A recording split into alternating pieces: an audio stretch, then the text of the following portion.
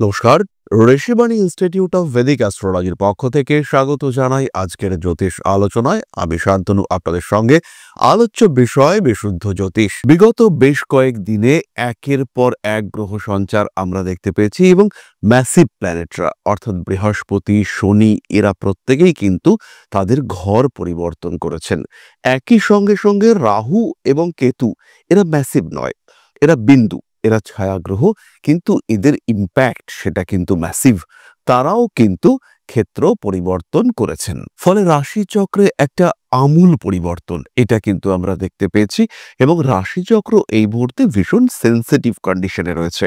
এই অবস্থায় আমাদের জীবনে কি পরিবর্তন আসতে পারে, আগামী জুন, জুলাই, আগস্ট এই 3টি মাস কি ঘটতে পারে আমাদের জীবনে, কতটা পরিবর্তন, কতটা পজিটিভিটি, কোন কোন দিক থেকে সাবধানতা, এই সমস্ত বিষয় নিয়েই আজকে আমাদের আলোচনা। সঙ্গে রয়েছেন কন্যা রাশি বা লগ্নের জাতক বা জাতিকারা, অর্থাৎ এই এতগুলি গ্রহ সঞ্চারের ফলে কন্যা রাশি বা লগ্নের মানুষদের উপরে কি ইম্প্যাক্ট পড়তে চলেছে সেটাই আমরা খুঁজে বার করবার চেষ্টা করব। প্রথমত বলি, কন্যা রাশিতে এতদিন কেতুর অবস্থান ছিল, কেতু সেখান থেকে পিছিয়ে সিংহ রাশিতে প্রবেশ করেছে। অন্যদিকে মঙ্গল সে কর্কট থেকে 7ই জুন সিংহে প্রবেশ করবে এবং 28শে জুলাই সেই মঙ্গলের প্রবেশ ঘটতে আমরা দেখব কন্যা রাশিতে। অন্যদিকে শনিদেব কন্যার সপ্তমে রয়েছেন, কন্যার ষষ্ঠে রাহুর অবস্থান।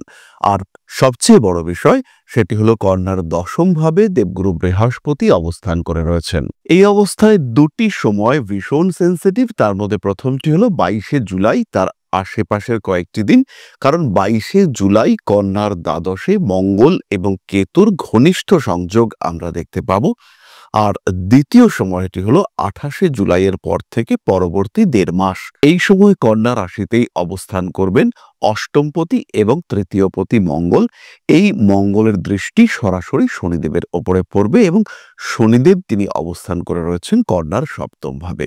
সুতরাং এই সময়গুলো কন্যার জন্য একটু সেন্সিটিভ, একটু কেয়ার, একটু সাবধানতা এটা কন্যাকে অবশ্যই নিতে হবে। এই অবস্থায় কন্যা রাশি বা লগ্নের মানুষদের কি পজিটিভিটি আসতে পারে সেটা প্রথমে খুঁজে বার করা যাক। প্রথম বিষয়টি হলো চাকুরি প্রাপ্তি, কর্মক্ষেত্রের স্থিতিশীলতা বৃদ্ধি, রয়েছে নতুন চাকুরি প্রাপ্তির সম্ভাবনা। হঠাৎ করে কর্মক্ষেত্রে কিছু পজিটিভ বেনিফিশিয়াল পরিবর্তনের সংযোগ এটা দেখতে পাওয়া যায়। দূরে চাকরি করছিলেন, অনেক অনেক দিন ধরে ভাবছিলেন যে এবার একটু কাছে আসার চেষ্টা করা যাক, এবার একটু বাড়ির কাছে আসবো, মা বাবার সঙ্গে কিছুটা সময় কাটাবো, ফ্যামিলিকে কিছুটা কোয়ালিটি টাইম দেওয়ার চেষ্টা করব। এই সুযোগ সেটা কিন্তু আপনাদের ক্ষেত্রে আসার সম্ভাবনা দেখতে পাওয়া যাবে। কন্যা রাশি বা লগ্নের মানুষরা তারা যেমন চাকুরি প্রাপ্তির সংযোগ দেখতে পাবেন, ঠিক তেমন ভাবেই কর্মক্ষেত্রের স্থিতিশীলতা সেটাও বাড়তে দেখতে পাওয়া যাবে। কর্মক্ষেত্রে আপস এন্ড ডাউনস এর অবসান ঘটবে এবং আপনার কর্মক্ষেত্র অনেকটাই স্থিতিশীল হয়ে উঠবে। নতুন কর্মপ্রাপ্তির সম্ভাবনাও রয়েছে, পুরনো কর্মের স্থিতিশীলতা বৃদ্ধি সেটাও কিন্তু রয়েছে। যারা মাল্টিন্যাশনাল কোম্পানিতে চাকরি করছেন বা যারা শিক্ষাক্ষেত্রে চাকরি করছেন, কিংবা যারা ঠিক এই সময়ে শিক্ষাক্ষেত্রে চাকরি প্রাপ্তির জন্য একটা পরীক্ষা দেওয়ার কথা ভাবছেন, তাদের ক্ষেত্রে কিন্তু সাকসেস রেট অনেক অনেক বেশি। এই সময়ের মধ্যে অর্থাৎ জুন, জুলাই, আগস্ট এই সময়ের মধ্যে যাদের পরীক্ষা আসবে, ইনফ্যাক্ট 10th অক্টোবরের মধ্যে কন্যা রাশি বা লগ্নের মানুষ যারা পরীক্ষা দেবেন, যে পরীক্ষা দেবেন সেই কম্পিটিটিভ এক্সাম বা চাকরির পরীক্ষায় সাকসেস রেট অনেক অনেক বেশি।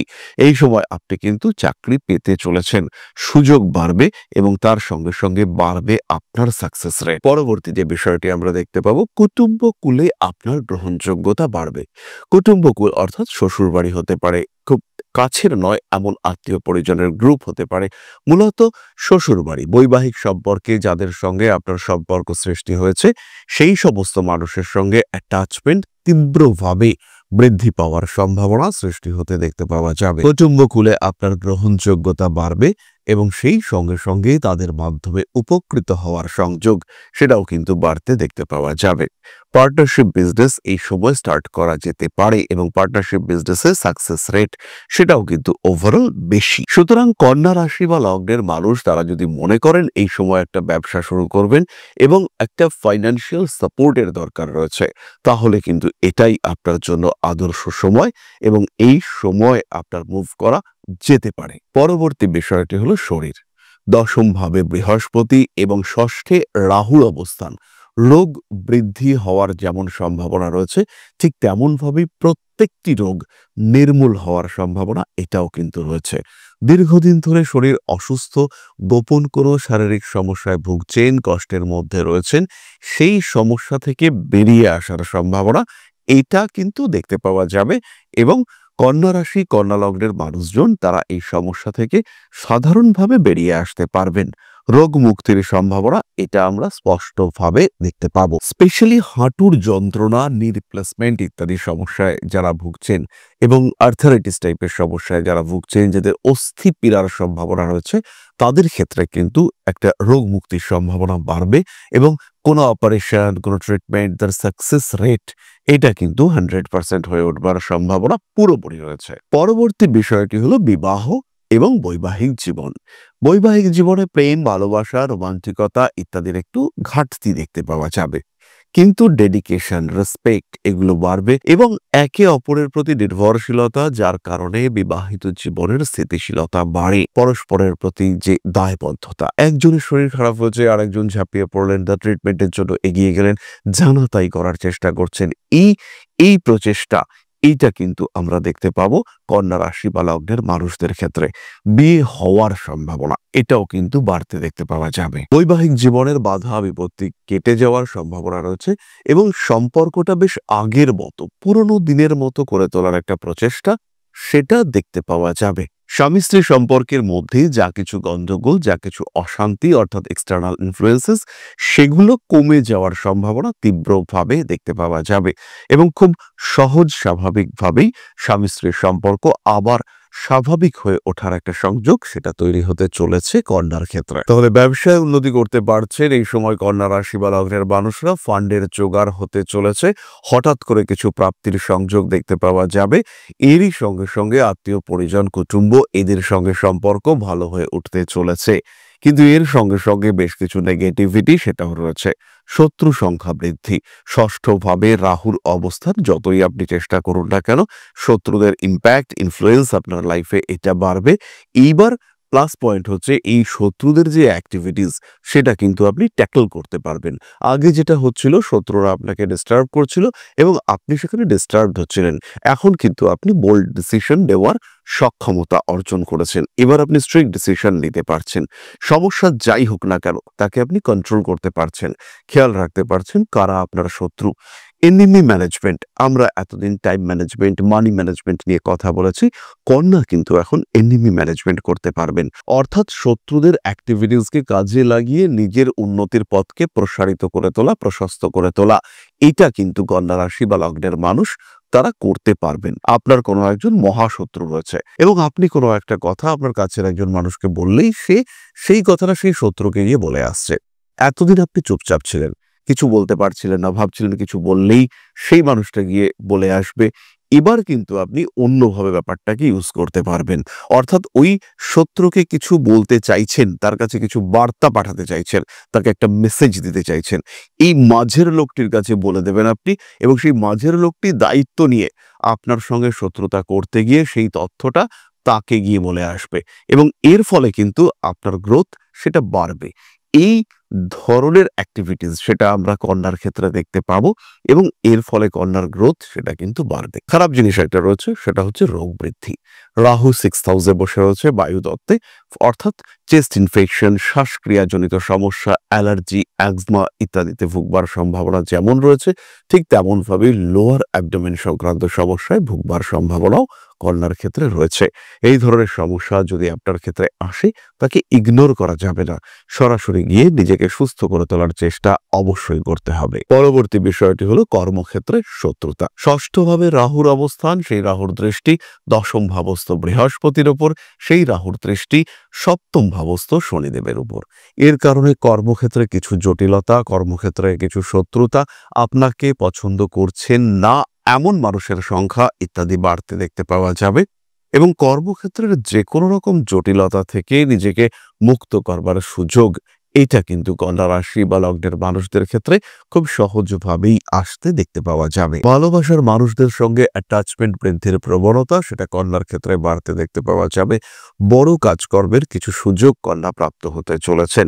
ওভারঅল একটা ডেভেলপমেন্ট এটা আমরা কন্যা রাশি বা লগ্নের মানুষদের ক্ষেত্রে দেখতে পাবো। এবং এই যে জুন, জুলাই, আগস্ট কিছু ফাটকা টাকা পয়সা আসার সম্ভাবনা রয়েছে এবং যারা জমি, বাড়ি, জায়গা, ভূমি ইত্যাদি বিক্রি করতে চলেছেন তাদের ক্ষেত্রেও কিছুটা ইমপ্রুভমেন্ট আমরা দেখতে পাবো।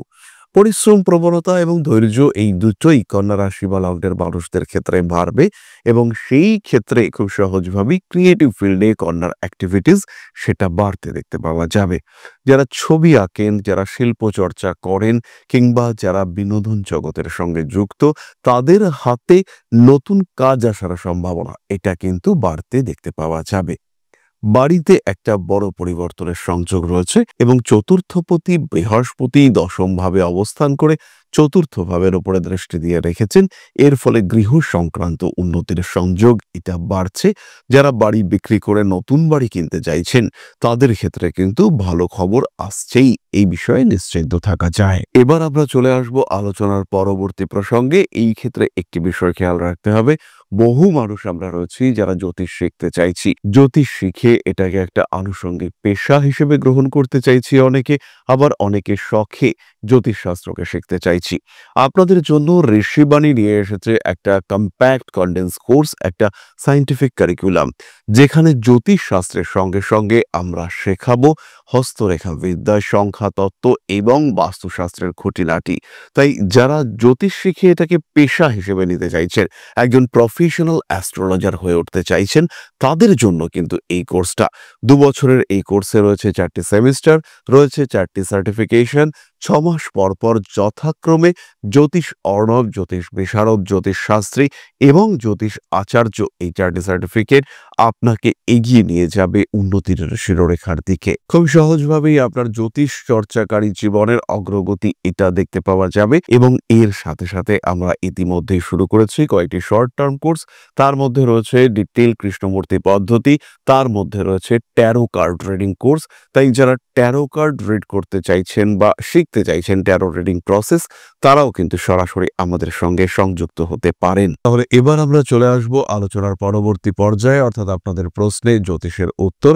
তবে তার আগে ছোট্ট একটি বিষয় আপনাদের সঙ্গে শেয়ার করতে চাইব। আশা করি পরম পিতার আশীর্বাদে সবাই খুব ভালো আছেন। জীবনে চলার পথে বিভিন্ন সময় বিভিন্ন ক্ষেত্রে আমরা প্রত্যেকেই কিছু না কিছু জনহিতকর কার্য করে থাকি। রাস্তায় যদি একজন মানুষ এসে আমাদের কাছে সাহায্য চায়, আমরা যতটুকু সম্ভব তাকে সাহায্য করবার চেষ্টা করি। কখনো কিছু অর্থের বিনিময়ে, কখনো তাকে কিছু খাদ্য সামগ্রী কিনে দিয়ে, কখনো গাছের জল দিয়ে, কখনো পাড়ার রাস্তার কুকুরটিকে খেতে দিয়ে আমরা সমাজের উন্নতি করবার চেষ্টা করি।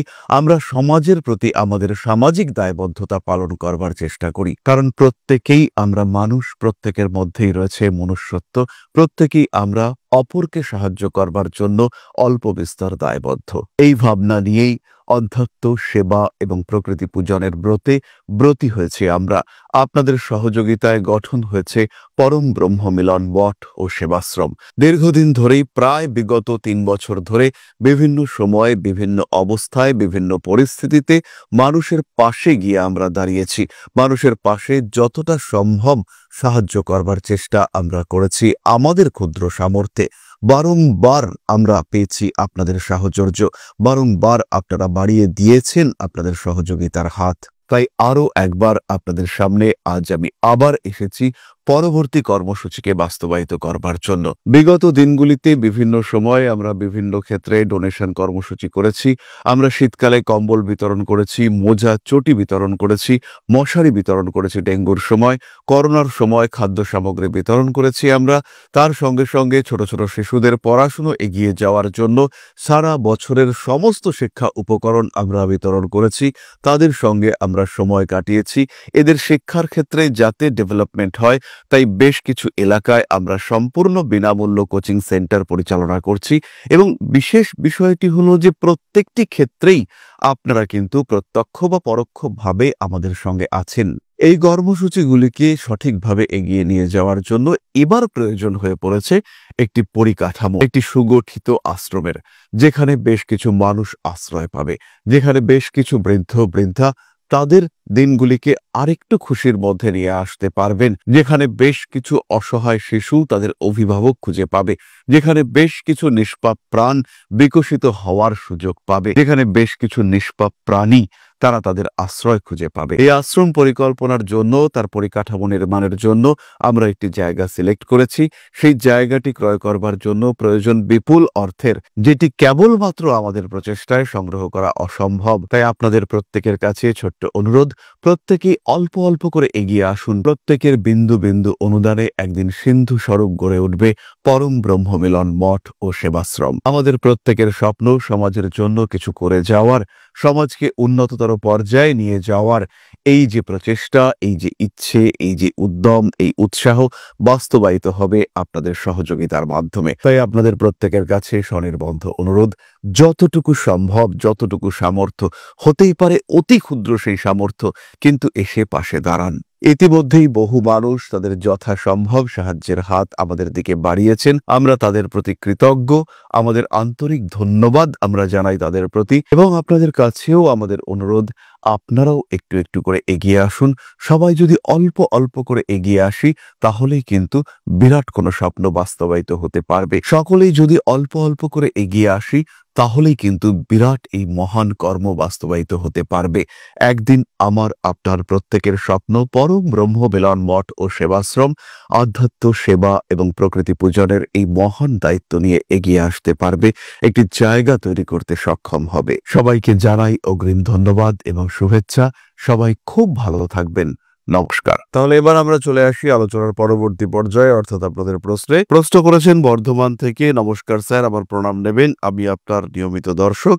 আমি একটি সম্পর্কে অনেকদিন ধরে আবদ্ধ আছি। আমার মনে হচ্ছে আমার গার্লফ্রেন্ড আমাকে চিট করছে। আমার আরেকজন বলছে ও কারোর সাথে শারীরিক সম্পর্ক করছে। আমার ওকে নিয়ে প্রচুর সংশয় আছে। আমায় শুধু এইটুকু বলে দিন, ওর কি এরকম কোনো যোগ আছে শারীরিকভাবে অতি ঘনিষ্ঠ হওয়া? দয়া করে জানাবেন। 26/10/2005, জন্ম সময় 7টা 54, বর্ধমান। উত্তর দেওয়ার আগে একটি বিষয় জানাই, বহু মানুষ তারা কমেন্ট করছেন, কিন্তু কমেন্টগুলো থাকছে ইনকমপ্লিট। ডেট অফ বার্থ দিচ্ছেন, টাইম অফ বার্থ নেই, কিংবা প্লেস অফ বার্থ নেই, অথবা বাংলায় তারা তাদের date of birth, time of birth দিচ্ছেন। সেই ক্ষেত্রে আপনাদের প্রশ্নের উত্তর দেওয়া কিন্তু বেজায় কঠিন। তাই যারা প্রশ্নের উত্তর পেতে চাইছেন, তাদের কিন্তু সম্পূর্ণ date of birth, time of birth, place of birth এবং নিজের নাম লিখতে হবে। আর এটা অবশ্যই ইংলিশ মতে ডেট অফ বার্থ সেটা দিতে হবে। চলে আসি আমরা জাতকের প্রশ্নে। বৃশ্চিক লগ্ন, লগ্নে বুধ এবং শুক্র রয়েছে। রাহু মীন রাশিতে থেকে বৃশ্চিক লগ্নের উপরে দৃষ্টি দিয়েছে, ফলে এই ক্ষেত্রে এই ধরনের সমস্যা এটা কিন্তু থাকার একটা সংযোগ তৈরি হয়েছে। তবে এই বিষয়ে সরাসরি কথা বলে নেওয়া উচিত, এবং যদি কারোর সাথে অন্য মানুষের সম্পর্ক থাকে, তাহলে আরেকটা মানুষের সঙ্গে সম্পর্ক রাখা তো এটা অনুচিত। তাই সেই ক্ষেত্রে অবশ্যই কথাবার্তা বলেই নিজেদের মধ্যে ব্যাপারটাকে মিটিয়ে নিতে হবে এবং এগিয়ে যেতে হবে নিজের ক্যারিয়ারের লক্ষ্যে। তবে আজকের আলোচনা আমরা আর দীর্ঘায়িত করব না। সবাই সুস্থ থাকুন, ভালো থাকুন। মা শ্রী শ্রী আদিশক্তির আশীর্বাদে আপনাদের জীবন আরো আরো আরো সমৃদ্ধ হয়ে উঠুক। জয় মা আদিশক্তি। নমস্কার।